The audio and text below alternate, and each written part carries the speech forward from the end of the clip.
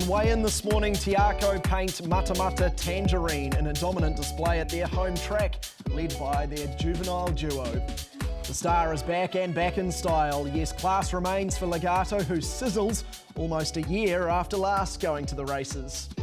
A perfect 5 from Pivotal 10 is the Queen of the South, ready to bring her talents north. Sam Wynne is with us.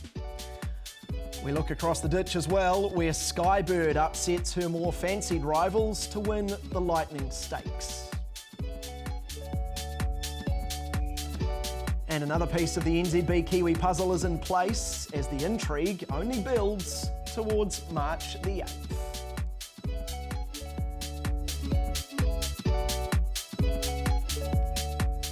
Very good morning to you. Plenty to get stuck into this morning. Some great racing down at Matamata and superb racing as well across the ditch. And as I mentioned, we saw another outstanding performance from Pivotal 10.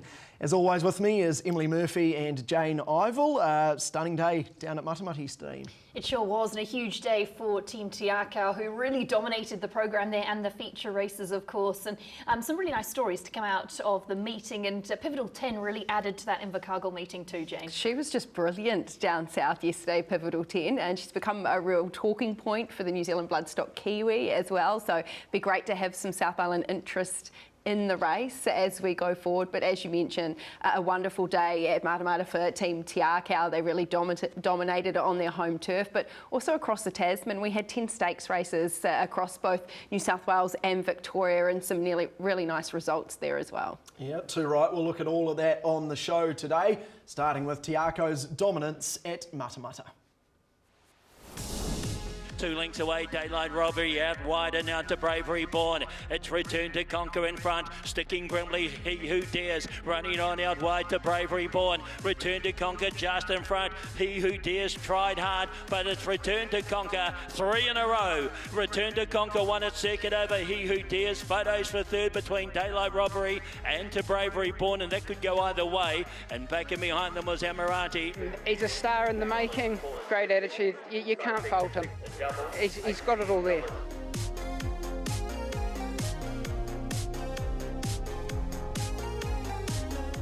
Last is Intention, homeward bound, 250 to go. In the J-Swab Contractors Matamata Breeder Stakes, and it's Ladarada to Capitals, giving plenty of cheek on the outside. 2 lengths away, Matamata Falls. Ladarada to Capital, they're having a great battle. Ladarada to Capitals, coming back, but Ladarada digs in, and she'll get a group 2. Ladarada won its second over to Capital. Third at the line was Born to be Royal.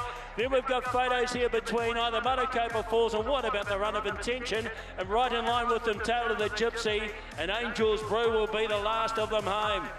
It was all her really, she just kept fighting, she was never going to let the other horse get past her.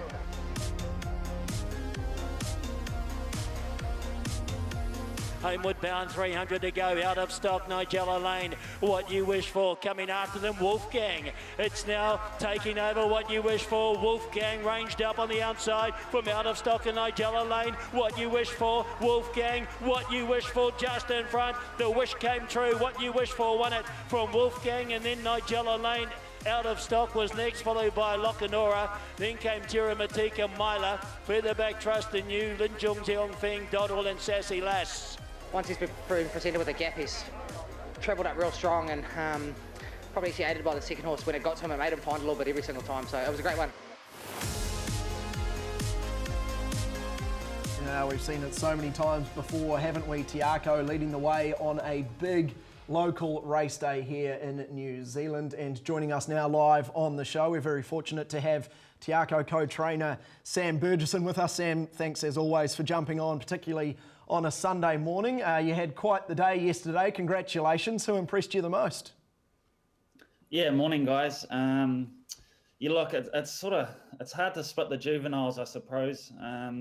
Obviously we're going in with a really strong hand, some lovely horses. I suppose you'd probably lean to Return to Conquer. He's still got that unblemished record, and he just seems to be going the right way. He doesn't win by much, but you know he's still been very impressive, and he hasn't really taken a wrong step since we've got him in the stable.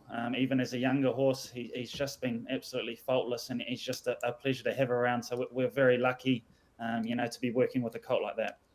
If we break down all the wins and we start with the Matamata Breeders' Stakes, La Dorada, gosh, she's tenacious, isn't she? What was the transition like from the Karaka Million to yesterday's race? Yeah, another one that's just never really taken a backward step. She just loves being a racehorse. What she sort of lacks in size, she makes up for in toughness. She just absolutely loves and thrives on stable life.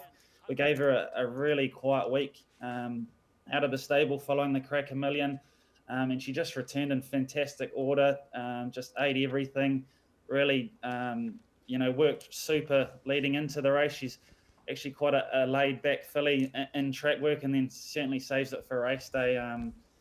It was a fantastic ride by Michael, very positive. He sort of got a cheap sectional down the back, and when that horse went up beside her, she just kept lifting and finding it, and she's just so gritty and tough, and like I say, just the ultimate racehorse, really. Yeah, I love the way you describe her as a racehorse. You use all the right terms. She's not very big, but she is certainly tough. But you did have a couple of really nice fillies in behind her yesterday, and Maricopa Falls and also Born to be Royal. What were your thoughts on their runs? Yeah, Born to be Royal was super. I thought she sort of let herself down at the start again. Rory, sort of speaking to him post-race, gave her a massive rap, said she's going to be a lovely 3-year-old. If she jumped away with them, he thought would have finished a lot closer and would have made it quite interesting, which is, positive going forward for her. Maricopa Falls sort of loomed up to win. She just never really quickened like she did when she won her debut race. She really shortened stride there at the 100 and sort of knocked up a bit late. Whether she peaked on her run, she seems fine there this morning. We'll have a good look at her at trot-ups tomorrow. But another filly with plenty of upside and a lot to look forward to with her. I guess the big question is, Sam, what you do with all these horses next, and is there sort of a rough plan in place in terms of the winner and, of course, the beaten horses? Yeah, we sort of had a little bit of a team talk. We'll have another good look at them again tomorrow. La Dorada, all systems go probably for the Sistema on Champions Day. She deserves her chance at Group 1 for sure. Born to be Royal, we may steer her towards the Manawatu size down there at Wellington. She's quite a big scopy filly. She doesn't take a lot of racing, and we're probably going to have to mind her a little bit to get her there. But like I said earlier, she'll make a lovely 3-year-old. And Maricopa Falls, we'll just have to talk to John on that one. She could potentially head to the Diamond, but we'll just have a good look at her in the morning. The Te Akau brand, Sam, won the Matamata Breeders for the 10th time, won the Matamata Slipper for the 11th time yesterday with your unbeaten colt and return to conquer. It was the fastest 1,200 metre race of the day, and they actually run almost a second faster than the fillies. He does look like a colt that does have a little bit of X factor. I know you said he doesn't win them with, I guess, dominantly, but he can't be doing any more than what he's doing at the moment. Yeah, for sure. I suppose the record in the races is probably a testament to Dave and the team there at the sales.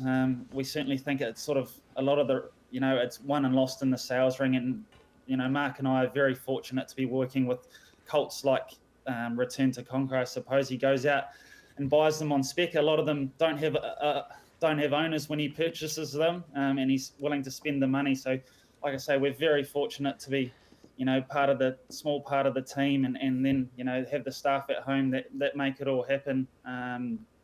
He's just a fantastic colt.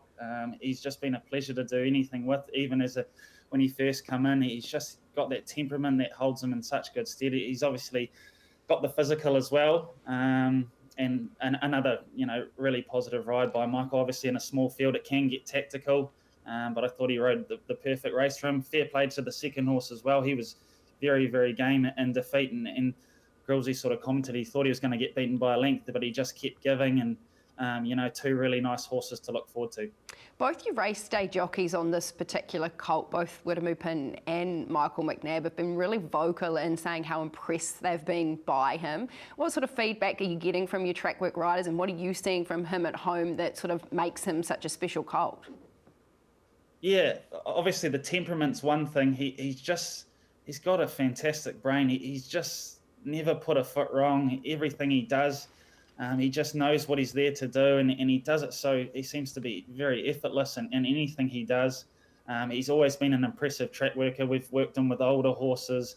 He worked on the rail there with He Who Dares on Tuesday, and it was just impressive work, and nothing ever seems to bother him or fault him or anything. Touch wood, it can continue like that, because it's never really that straightforward with racehorses. But with him, everything at this stage seems to be so straightforward. He's just got he's just the professional racehorse that you can only sort of really dream of, and he just does everything so well. So touch wood, it can continue. I guess the next natural step is the Group 1 for him. And I know Mark mentioned yesterday he thought the first two in that race would head on to the Group 1 Sistema Stakes. Is that still the plan now the dust has settled? Yeah, we think so. He Who Dares, he could maybe head there or go straight to Manawa too. We'll just have another really good look at him. He Return to Conquer was really bright and sort of bouncy this morning, whereas He Who Dares, you could probably tell he did have the run. He just gave it everything. So, so the Sistema likely for both of them. And then to Bravery Born, we'll just have a good look at him. He might need a little freshen up, or we'll just see how he is in the morning and how he does today and early tomorrow. What about what you wish for, Sam? Another good performance there for you guys in the Kaimai Stakes. What did you make of that run, and where to now with what you wish for? Yeah, he's always been a galloper we've had a lot of time for. He's just unfortunately plagued by awful barrier draws. I think he drew 18 in the Aotearoa Classic and was still a really good run.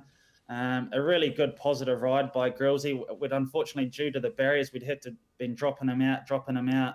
He's just been getting too far off them, but we're nice and positive there yesterday, and he just got the perfect split at the top of the straight. He was really game. Obviously, Wolfgang, we had a bit of a weight swing on him, and he's a really good galloper. But we really like our fella, and it's sort of hard to work out where to go from here. I'm guessing he's going to get quite a few points from that there yesterday. So something maybe like the Aupuni Gold Cup or something along those lines down the track. But we've always had a lot of time for him, and he's got plenty of upside. Sam, this is a meeting that yourself and the Te Akau team target each and every year, and the results obviously show that. What is it that makes that Matamata meeting so special for the team? Oh, I think it's a meeting that every sort of Matamata trainer would love to have the colours painted on the little statue there. Obviously, we love our 2-year-old racing to start, and obviously the two big 2-year-old races there on our home track is something we always look forward to. It's a fantastic meeting. Well done to the club. They put on a fantastic day, and the track played wonderful. And we obviously love supporting our hometown, and we seem to have a bit of luck there, which always helps. Sure does. What about of those beaten horses? I know in that Lisa Chittick Champagne Stakes you had Skew Whiff and of course My Lips Are Sealed. What did you make of them? Yeah, My Lips Are Sealed was very good with a shower of rain and maybe a barrier draw. She could have been in it, but Legato was fantastic to see racehorses do that and have the stars out there again. And she was fantastic. And Skew Whiff, we've made the decision to retire her with Waikato Stud, and very grateful for Mark Chittick and the team there to train a mare like that. She's obviously very special to me personally. Obviously the first Group 1 winner, and she'll hold a special place in my heart, that's for sure. So really sad to put her on the truck there this morning, but she's been a fantastic racehorse and she's got nothing left to prove. So excited to see her in her next chapter of life, and she's done a fantastic job for us. Yeah, she certainly did, mate. Congratulations on everything you did with her, and the day you had yesterday in particular as well, and thanks so much for joining us this morning. We appreciate it. Awesome. Thanks, guys. Cheers. Good man. Sam Bergerson there out of Te Akau after the day that they had. Let's take a look, first of all, at the beaten jockeys out of the Matamata Breeder Stakes, starting with Sam Spratt on to Capital. Yeah, nice run. Got there pretty easy. Just better horse, better really. She's a lovely horse and she's going to learn from it. Just couldn't quite get past it. But I think she's going to be a nice 3-year-old and possibly with a pair of sunglasses. Yeah, very nice filly. Going forward, just a shame she half blew the start and we ended up further back than we wanted to, but black type placed already, and she's going to be one of the top line 3-year-olds for sure next season. Yeah, maybe a shade disappointing on the run that she got. She'd end up in the 1-1. Turning in, I thought I was going to be right in it, but she didn't stop per se, but she just didn't really sprint. She just sort of maintained that same sort of speed the whole way. Oh, she just topped up in the airs, the gates open, lost quite a bit of ground and got onto the back of the field, and she's still hit the line well. You know, the further the better for her probably. So Ladarada from Te Akau, Born to be Royal and Marakopa Falls. Ladarada is actually the first horse to win both the Karaka Million and the Matamata Breeders in the same year. So heck of an achievement there. Let's see how it all played out. We've spoken to Sam a little bit about it, but got a wonderful trip from Michael McNabb and a really good performance. Yeah, look, she's a really tough, gritty filly, and obviously, as he said, earned her place in a Sistema. It'd be, you know, it's shaping up to be a really nice race. I do think when you look at the times that were run there at Matamata yesterday, it puts the colt ahead of her in terms of the performance yesterday, but it'll be interesting to see how the ratings come out and obviously what the market looks like now for the Sistema off the back of those 2-year-olds who raced yesterday. She's just such a professional racehorse, isn't she, Ladarada? She puts herself right there, she takes luck out of it, she runs along, and you've got to love her for what she's doing. I get the class factor with Return to Conquer the Times and everything, but she's a professional little racehorse who loves Ellerslie. We know that because she's won a Karaka Million. And puts herself in a race. Statistically, though, the boys that have come out of Matamata Slipper have a better record going on to the Sistema. In the last 10 years, we've seen 6 winners of the Matamata Slipper go on and win the Sistema. Of those 6, 5 have been Te Akau trained. So there's no doubt that they've got the formula in terms of getting these colts to a Group 1 feature. So look, I think the market's right in having Return to Conquer sitting on top, but don't take anything away from the filly. She's a real racehorse, and as Michael McNabb said, she's very tough to get past. Rightio, moving along to the Kaimai Stakes, and I know you want to make a point about part of this race, but we'll just hear from the beaten jockeys first of all, starting with Joe Doyle on Wolfgang. Yeah, over the moon. To go from 2 miles back to 1.25 miles, carrying a big weight, he's run a cracker. Yeah, he's just a really exciting horse for the team. Yeah, it was her first time over ground today, so yeah, I thought her run was really strong. Yeah, look, he ran a good race. Obviously, I let him go at the 1,000. They were going pretty slow. But I think that was the making of his performance today. He's a bit one-paced, and to run 4th was a pretty nice effort. Well, we've begun well and sort of just settled where she wanted to be in a good rhythm, and they've sort of put a bit of speed on and then taken it right out, so she just got up on the bit of it, didn't really get a chance to properly settle, and then they sprinted and she had to sprint with them, and she'll be better next time definitely, because it just on the bit to off the bit. So what you wish for from Wolfgang, Nigella Lane and Out of Stock. And Jane, you've got a point to make around Vinnie Colgan's ride in particular. Yeah, look, I've been very vocal and probably a little bit critical of some of our staying races, particularly at the pace that they've been run at. And I think it was so nice yesterday to see a jockey take some initiative in running. It was a dawdle early in running. There were horses over racing. Out of Stock was settled towards the back of the field. Vinnie Colgan took matters into his own hands, and as we've heard from him post-race, he was on a horse that really only has 1 speed, so a sit and sprint is not going to suit a horse like that. He took off early, he put his horse in the race. Did he get the ultimate result? No, but he did something. He showed initiative, and when you look at the way the race unfolded, nothing made up any ground from the tail of the field. So had he not moved on the horse, there was no way he was going to finish in the position that he did. So he showed initiative. I liked to see it. So praise or credit where credit's due. It was nice to see a jockey read the race, read their horse and make the correct move in running. Yeah, well said. Alrighty, we're going to take a break here on Weigh-In. Congratulations to Te Akau. That's their side of the day out of Matamata done. Next, we chat to Ken Kelso about the stunning return of Legato.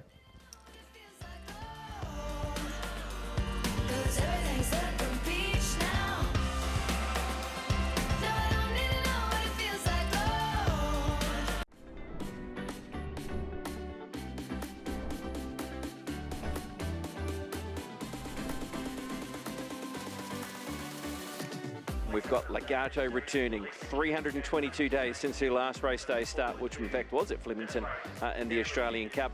She's 290, Leith. Where do you sit initially with her in today's race as a winning and betting prospect?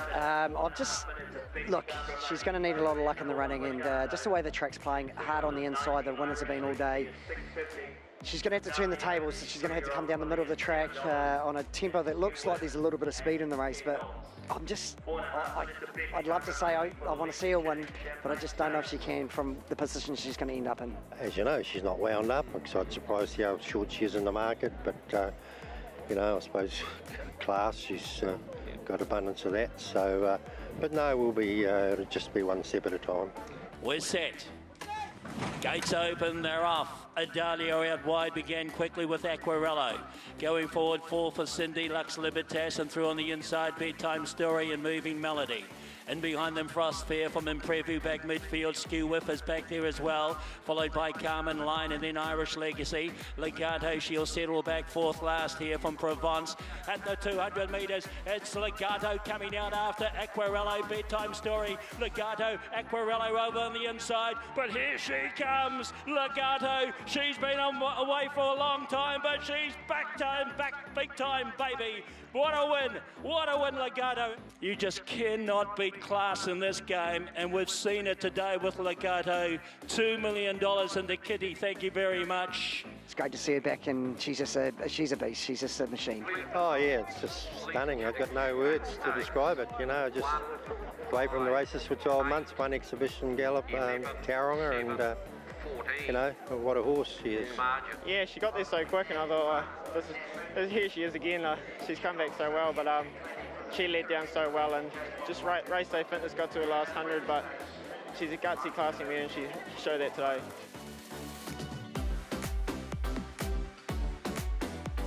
She is terrific, all right. Legato from Aquarello, My Lips Are Sealed, and Frost Fair. It was a simply brilliant performance, and we're joined live now by Ken Kelso, who's generous enough to give up his time. Thanks so much for that, Ken. I know she's obviously got the class and she's very, very good, but did she even exceed your expectations yesterday and what she did after so long away from the track? Yeah, morning, Guy, Jayne, Emily. Yeah, she did really. I was quite stunned, to tell you the truth. You know, I went back and had a look. She'd had 6 gallops and 1 exhibition gallop leading into this, and been away such a long time that it was just, you know, I was sort of thinking maybe the class will come through, but no, it was just blew us away, really. Congratulations, Ken. Obviously, the last time we saw her on a racetrack was the Australian Cup back in March last year. Tell us what the last almost 12 months has been like for her and what you've gone through with her. Well, she came back in the spring, Jayne, and she had a trial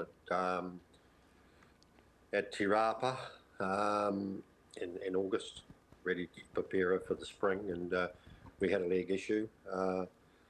In discussions with our vet, Ronan Costello, we said, well, we can't turn her out. She's going to get too big, you know. She's such a big mare. She would have come back like a brood mare. So we set a plan to rehab her, and she initially went to 3 weeks in Cambridge on their water treadmill, and then she was there probably about 6 weeks, and then Denise, the guide, kindly took her and had her on her treadmill for all that time. So she's actually been in work for 6 months and or longer.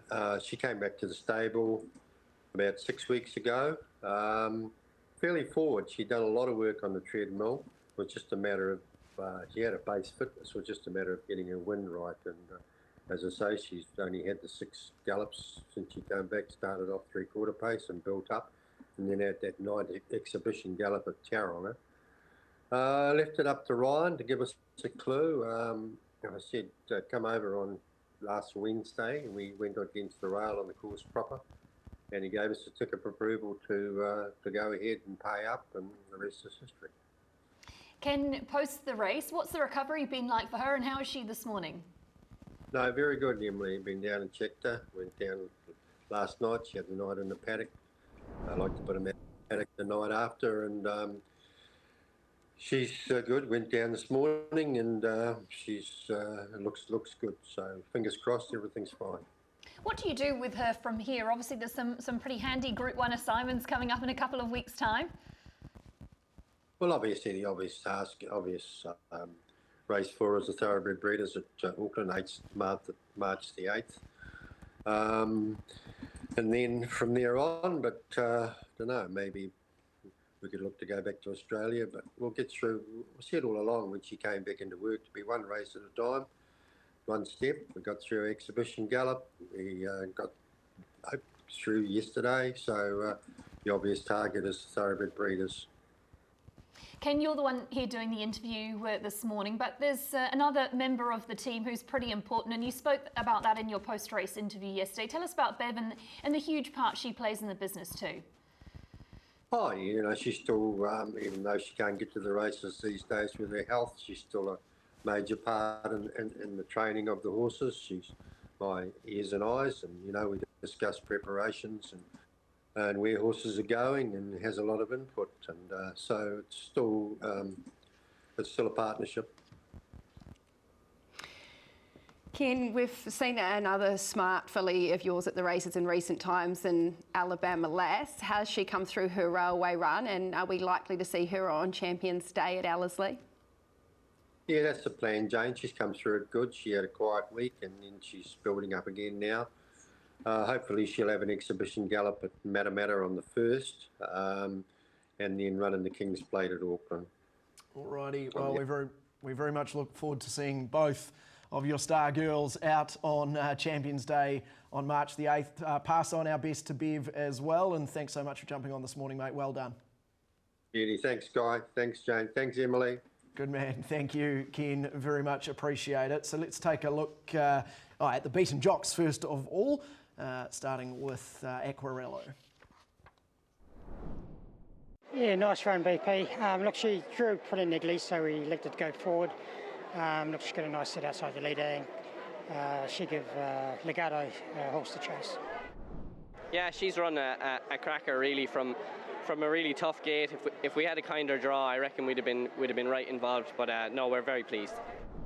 Yeah, I thought she went super. Just got held up a little bit in the straight, unfortunately, and being a big mare, she can't afford that. She likes to really unwind, but yeah, really unlucky not to run a bit closer, but a great effort. Yeah, I was really happy with her run. She felt enormous, and she's only beaten for third by a short margin and a really strong field, so really happy. Yeah, Legato from Aquarello, My Lips Are Sealed, and Frost Fair. Let's take a look at the race. Class prevails, obviously. I mean, she got a pretty good trip in the end and just was too good. Yeah, it was. Ryan rode her like the best horse in the race. He got motoring early. She made a really long, sustained run. And I think if you were watching, you're thinking, gosh, is her, fresh fitness going to be okay to make that long, sustained run? But Class really came through, and she was electric late. She came up the middle of the track. She had no interference in terms of getting motoring and powering to the line.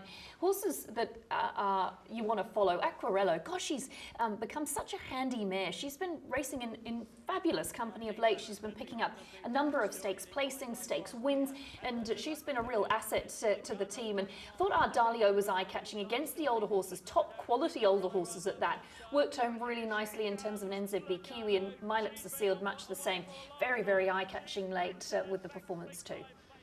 Yeah, there were a few unlucky ones in there too, weren't they? Horses like Frost Fair got a little bit keen in the early stages, was held up till the 150, so I thought she really stretched her neck out late when she got a bit of space, Frost Fair.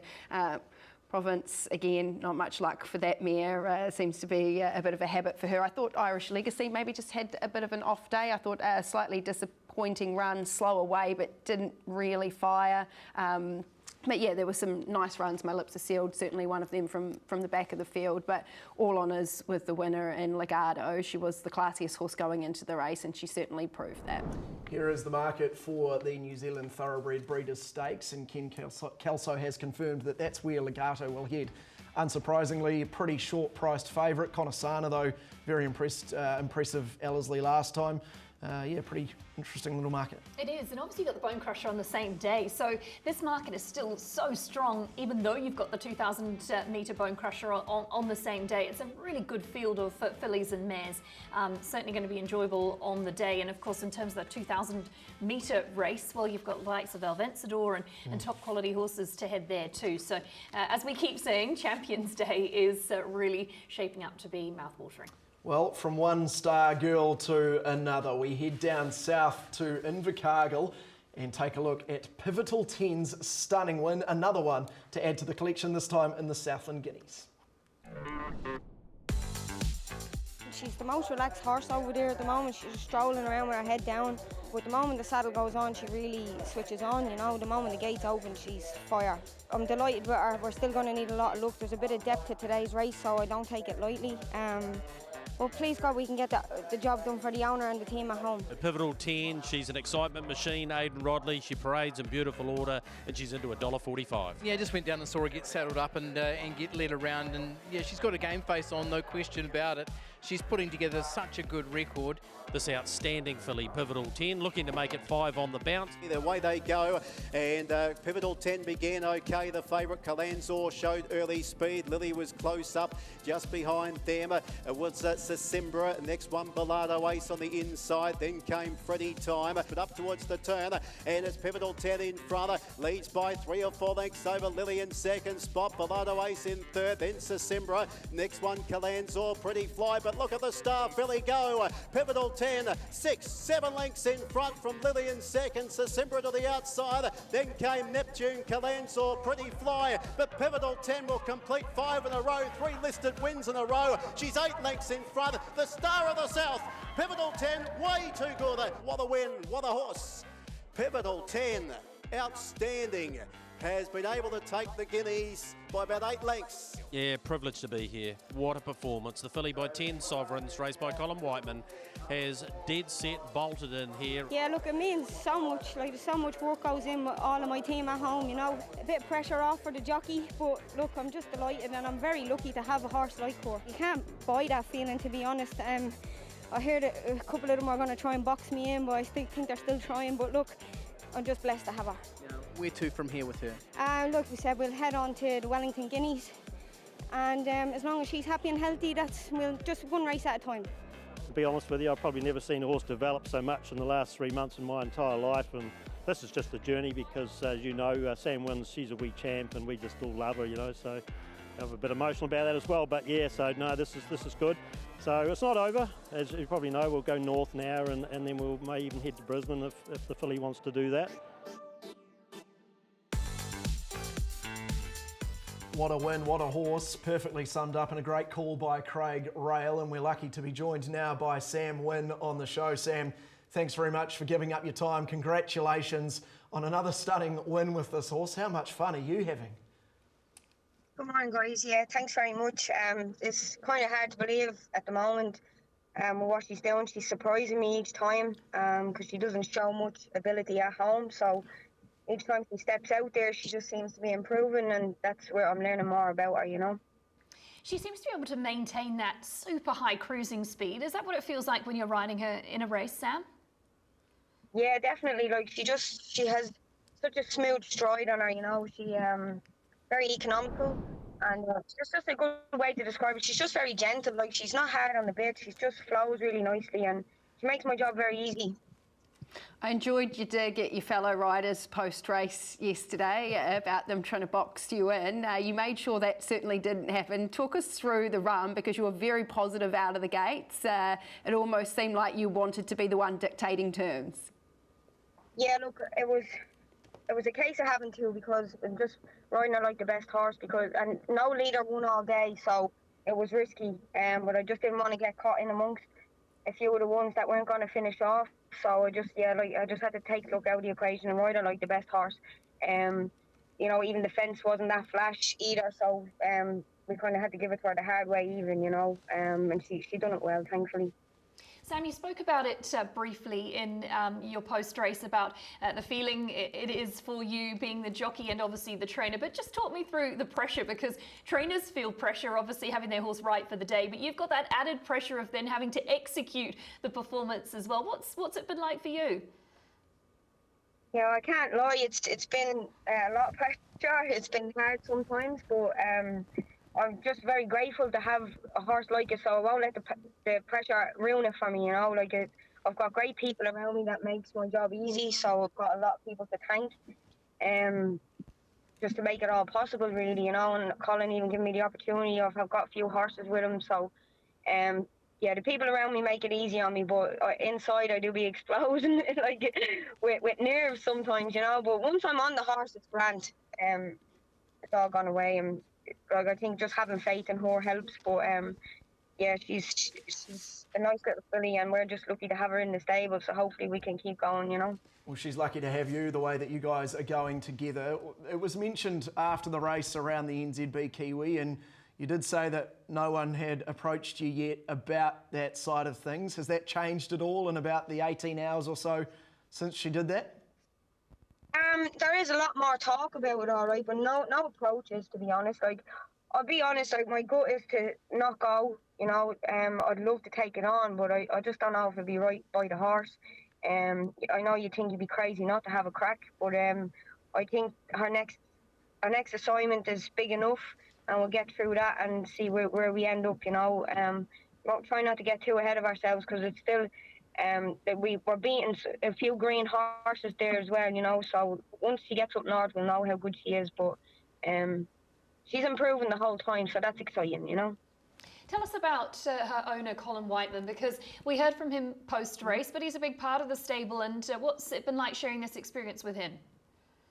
Yeah, look, I actually only met him last August.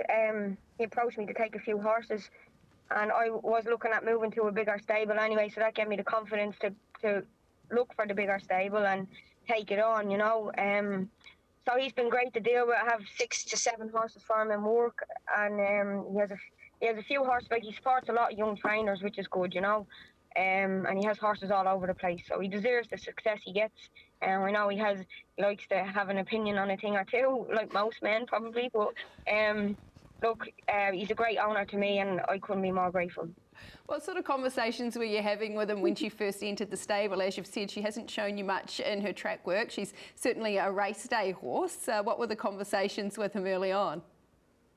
Oh, well, look, I'll be honest, like, the young girl in the stable that was kind of learning how to ride was riding her out every day, because she was that quiet, you know. I didn't sit on her for the first 4 or 5 weeks. I rode her, or I had her at the stables, because like, she was that quiet. I had to ride the rougher ones as such, but again, our gallops were very poor. Like, we were galloping her against maideners as well, and they were just beating her, so it was so hard to get a line.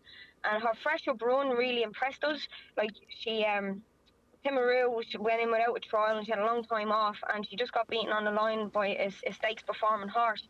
And she just showed us some promise then, and she was still very immature. Like, she's changing the whole time. So yeah, she's surprising me each day, and it's just very exciting. So the Wellington Guineas next, I think, is what you said yesterday. What is your gut on how you think she could line up against those horses up north? Yeah, look, there's some beautiful horses up there, and it would be great to take her up there just to get a decent line on her, you know. I think she won't let us down. She travels well, so that's a bonus. Like, she's been to Dunedin overnight twice, and she stayed down in Invercargill there for 2 weeks, and everybody was so nice to us down there. But I think she'll represent the South like, very well, I'd say. But hopefully she keeps stepping up. She's running good times, but I take nothing for granted, you know. No, I know you don't, but we are enjoying the ride that I'm sure you are as well. Thanks very much for giving up your time, Sam. We appreciate it, and we look forward to seeing her do her thing again in a few weeks' time. No worries. Thanks very much for your time. See ya. No, you too as well. Sam Wynne there, of course, the trainer and also the rider of Pivotal 10. Before we take a look at the race, let's hear from the beaten jockeys, starting with Ashvin Goindasamy on board Sasimbra. Really good run. We just want to get the bad luck out of her, just put Posy up, riding on the speed somewhere there. And she travelled nicely, settled really good, and hit the line really good. We obviously got beaten by a really good filly down here, but she's improving. I reckon the mile will suit her next start. Just a bit of a tough run for her. She didn't travel, I guess, as well as we thought. Maybe a back up too soon. She just hit a real flat spot and just couldn't get her out of it today. But I know she's a lot better than that and she'll bounce back. Mine was still a maiden. I thought it was a really nice run. The pace was really, really hot. So I just had to sit, be patient. I couldn't overwork my horse and take some positive things out of that race. So there we go, the beaten jockeys out of the Southland Guineas. Now, I'm pretty sure with respect to those other horses, there pretty much is only one horse that we want to talk about when we review the race. Jane, what did you make of Pivotal 10's performance? I thought it was a good run, and Sam Wynne really hit the nail on the head that she's a filly that just keeps improving every time she goes to the races. She took luck out of the equation yesterday. She stepped away quite nicely, but didn't have to lead, but she was really positive in sending her forward and dictating terms. Her time was slick. She ran 1:21.7 yesterday for the 1400 metres there.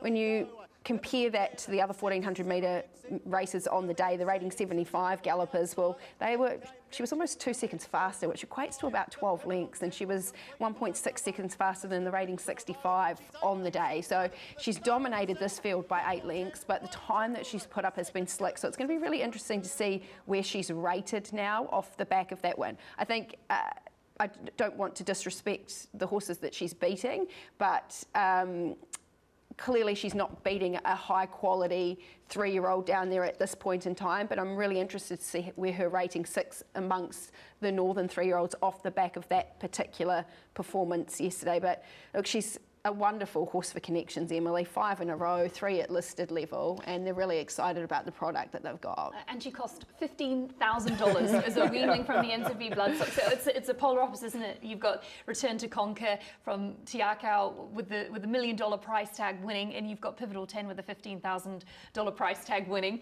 They're both exceptional horses, and they both have provided their owners and Connections with so much joy. I'd love to see her in the NZB Kiwi representing the South Island, and I hope there are a few phone calls made in terms of those remaining 5 slots. I could see you just waiting to throw that stat out there, so thanks for that, Emily. And yes, if you are a slot holder, maybe get on the phone, give Sam a call. We'll take a break here on Weigh In. We'll take a look at Australia on the other side. Everybody's trying to tell me no, no, no, no. I wanna bless the rains and dance away like Toto.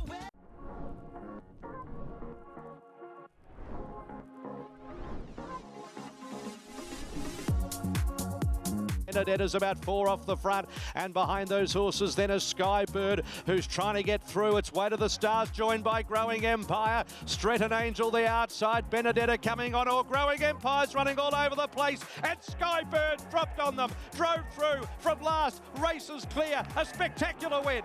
Skybird, 3/4 Stretton Angel, photo third, Benedetta or Switzerland. Traffic Warden behind them, followed by Marzu, Growing Empire. We were so thrilled with her coming to the race. I knew we were up against a challenge, and everyone wanted to tell us that we weren't fast enough for the 1,000, but we know that she's a sprinter, and we've had to try her out over the longer distance as a 3-year-old to get those, racing those big races, and as a 4-year-old as well. But what a phenomenal win. She was called up behind them there, and I was just wanting a gap to come, and when it did, she burst through and took it and galloped away from her. Yeah, so Skybird takes the Group 1 there at Flemington from Stretton Angel, Benedetta and Switzerland. Jane, it was a terrific turn of foot from Skybird to pretty much go straight past them. Yeah, great closing sectionals, fastest closing sectionals of the race, as you would expect. You can see that visually when you watch the race. But she was a nice 3-year-old, Skybird. She's a beautiful individual. She's a really athletic mare. Finished in the placings in 1,000 guineas of her year. Mitch Freeman purposely gave her a really light spring. Her best runs have typically been fresh up, and that's exactly what we saw from her yesterday in a fresh up state. The track was rain affected, that probably played into her hands, or played more into the hands of the 1,200 metre horses rather than the 1,000 metre specialists. They did run 5 lengths slower than standard time for the 1,000 metres at Flemington. So, in terms of times, it wasn't one of the best results we've seen in a Lightning Stakes. But she is a promising mare, there's no doubt about that. And I think 1,200 metres of a Newmarket's going to suit her as well. Stretton Angel was a really good run looking for the 1,200 metres of a Newmarket. Switzerland, the best of the colts, who were probably a little bit disappointing. traffic warden was a little bit above himself, probably just a bit fresh. There was some fireworks that were set off down at the start prior to the race. That really didn't help him and his racing manners. Growing Empire, he was a little bit wayward in running as well, quite green. Switzerland, the best of those, didn't get a lot of room in the home straight. James McDonald's comments where he's just quite boxed in, didn't suit him being a colt. I thought Benedetta's run was good. She's going to appreciate the step up and trip to a new market as well. But take nothing away from the winner. He's a good young trainer, Mitch Friedman. Had success with attrition at Group 1 level previously, so he knows how to get the job done when he's got a good horse in the stable. So they're going to go on to the new market, and then the William Reid as their next runs with the horse Skybird. And for John Allen, a special one for him too. I don't think he's ridden a Group 1 since 2023, so a 20th Group 1 victory for him. A little bit of a drought between Group 1s, but no doubt he was glad to get another one up the Flemington Straight. Yeah, was very patient as well, and the horse did the rest of the work after he got the gap. Alrighty, let's stay at Flemington. Take a look at the Desirable Stakes, which featured Captured by Love here. Finished 4th in the end. Perhaps just, you mentioned the wetter track, perhaps just didn't suit it. I thought Blake Shin put her in the race and gave her every opportunity. She travelled beautifully outside the leader, which was Husk, and she just didn't let down like we've seen her previously, and I guess we can attribute that to track conditions. I know that there was the excuse that Te Akau gave off the back of her run Karaka Million night, so maybe just not quite as dynamic when there's that little bit of give in the track. Wonderful run by the winner in Silicap. Start 4 of her career, it was her 3rd win. She had 3 runs prior to Christmas and a bit of a let up, and then was successful at stakes level fresh up. Graham Begg had a super day. Obviously, he won in Sydney with Magic Time. His Metro strike rate in Victoria is sitting around 25%, so he's certainly a stable that's on fire at the moment. Alrighty, let's move you across the way to Sydney there in Australia and to the Apollo Stakes. This was won by Fangirl from Lindemann and Via Sistina. This was a great effort by Fangirl, wasn't it? And really was suited Fangirl. You can see Via Sistina just down on the rail, and of course Chow Wolf was the other horse really in contention. But in terms of Jason Collett and Fangirl, we know how good she is, but we forget, don't we, Jane? Because there are these other glamour horses around her, like Via Sistina. But she asserted her authority with this victory. Via Sistina, you see, just having to come off the rail and fight its way out with Chow Wolf, and almost that clashing of those two affected their races and allowed Fangirl to power away, with Lindemann finishing in that 2nd spot. Lindemann set up a nice steady tempo. He was able to kick off that. I think just beautifully handled by Jason Collett, Fangirl. It was a great ride. She settled beautifully in transit. She actually came out of the barriers a little bit cleaner than we can often see her do. Sometimes she can be a little bit tardy away, but she managed to hold a nice position. He got her out at the right time, and she built her momentum, so a nice win. But look, I don't think you take much away from Via Sistina and Chow Wolf, Emily, because once they get up over a little bit further, I'm sure that they'll be very difficult to beat. That's the thing, isn't it? This is a fresh run. There's so many screws to be tightened and turned in terms of these horses and where they're at in their preparation. So whilst Fangirl won, and we know how high quality she is, I think there's still plenty to come for the rest of that autumn carnival. Well, that wraps our racing analysis for the weekend. On the other side of this break, we look at a little bit of news, particularly around the NZB King.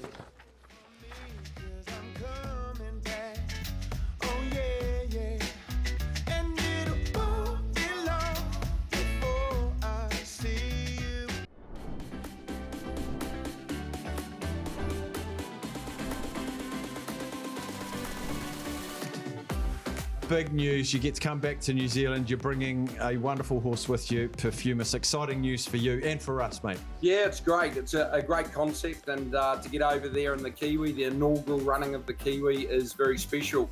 I thought she's the perfect horse in terms of what she's shown at home to take. I think she is definitely a group horse in waiting, and you probably have to be to win or feature in a race like the Kiwi. A good kick here by the favourite Perfumus, 3 in front. Captain Amelia goes to second. A real gap back to the rest. But Perfumus makes it 3 in a row. She's really going up through the classes now. Red, but how airborne is Perfumus? Here's 4 in a row. Perfumus. She's never looked better. She's a filly that's actually improved throughout the preparation. She's always been sort of a lighter, elegant type of filly, but I think at the moment she probably looks as big and as strong as she's been.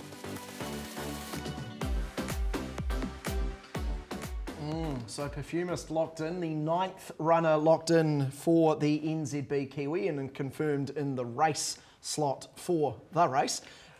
Team, great to have Bjorn Baker involved in the race, isn't it? He loves a slot race, doesn't he, Bjorn? He's been very successful at Perth with the Quokka. I think he's taken it out twice. He's been involved in the Everest, so why not have Bjorn Baker part of the NZB Kiwi? Certainly adds to the drama. This was Perfumist running yesterday in the last race from Randwick. And Jane had the 3 kilo claimer on board, and there was some tempo-related things going on early in the race, weren't there? Look, the race was run at a pretty hectic speed up front, particularly early. As you can see, the leader in the blue capitulating completely.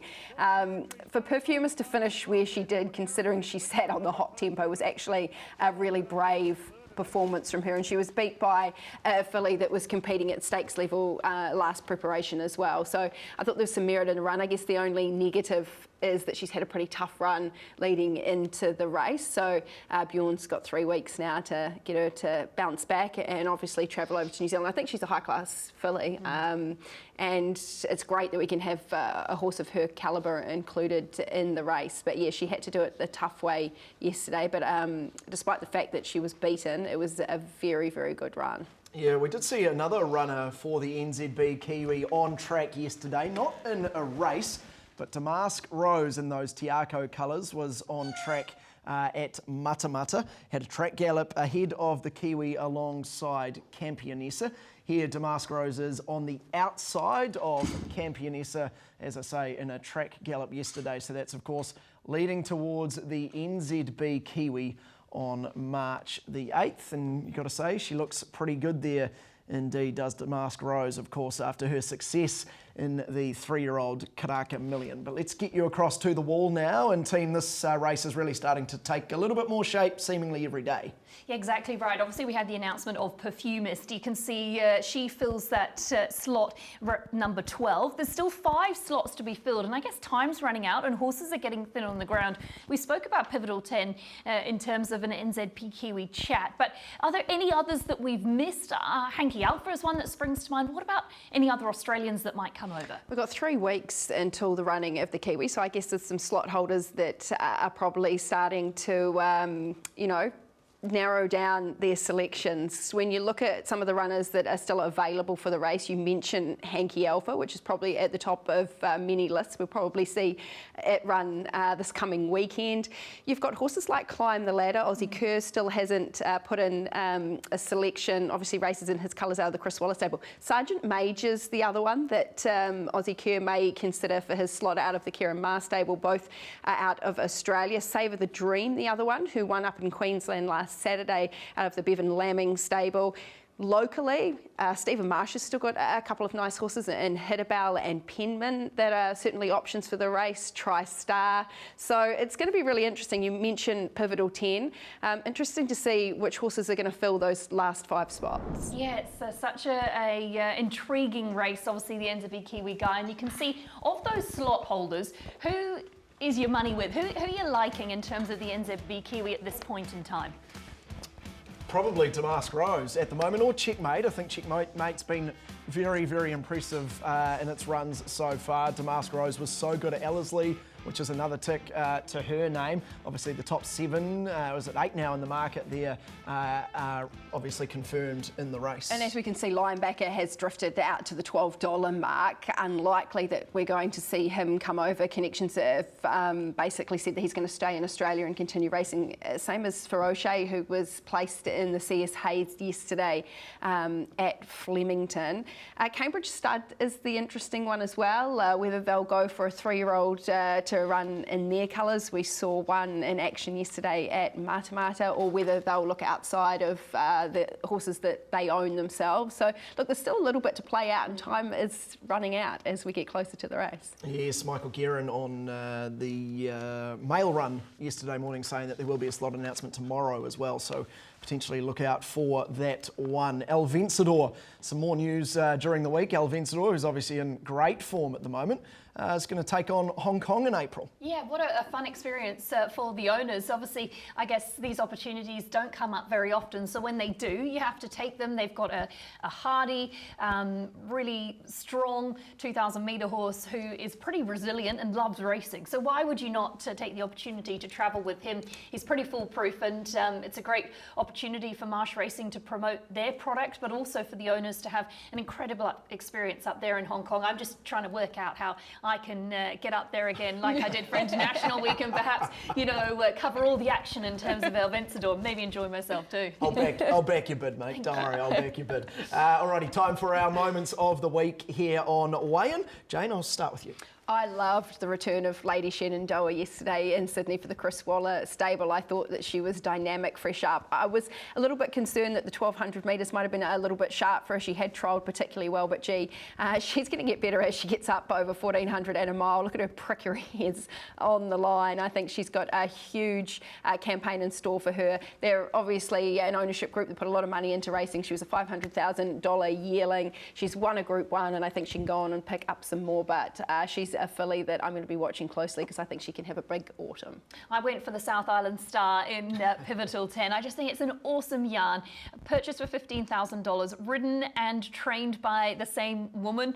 Obviously just taking all before her, and it's great to be able to celebrate South Island racing and for them to have a pin-up horse, and Pivotal 10 is most definitely doing that and adding a lot of interest and intrigue to the racing down south. Well, if it wasn't for Legato, who is my favourite horse at the moment, mine probably would have been Pivotal 10, but seeing Legato back doing what she does best was just absolutely sensational.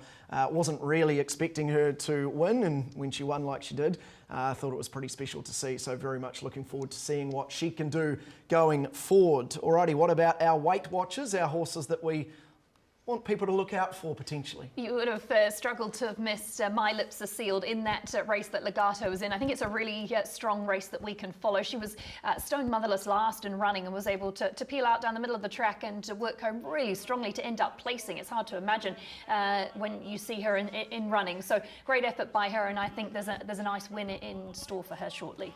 I went with First Dance. I watched the horse run in transit yesterday, and I thought the race particularly green, and I don't know if it was left-handed, but didn't make the turn well, was very, very wayward up the home straight. So I'm just wondering if the team revert back to right-handed racing. Did start the favourite and was well backed heading into the race, but for some reason just had an off day, raced a little bit ungenerously. So perhaps back right-handed, we might see the best out of First Dance. Mine was another one in the Cambridge Stud colours, and that was Frost Fair in the Lisa Chittick Champagne Stakes. Got held up badly in the straight.